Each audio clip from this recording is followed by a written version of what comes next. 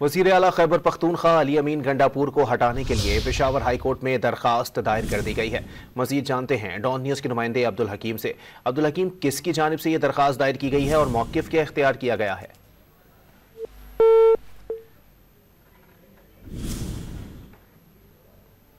अब्दुल हकीम से राब्ता बहाल करने की कोशिश करेंगे। अपने नाज़रीन को बताएं कि वज़ीर आला खैबर पख्तूनख्वा अली अमीन गंडापुर को हटाने के लिए पेशावर हाई कोर्ट में दरखास्त दायर कर दी गई है। आपको वाज़ेह करते चलें कि दरखास्त में मौक़िफ़ इख्तियार किया गया है कि वज़ीर आला खैबर पख्तूनख्वा को दर्ज मुकदमात में वाज़ेह तौर पर नामज़द किया गया है। वज़ीर आला खैबर पख्तूनख्वा को हटाने के लिए पेशावर हाई कोर्ट में दरखास्त दायर की गई है। अब्दुल हकीम मोहम्मद हमारे साथ मौजूद हैं। अब्दुल हकीम, बताई गई ये दरखास्त किसकी जानिब से दायर की गई है और मज़ीद क्या मौक़िफ़ इख्तियार किया गया है?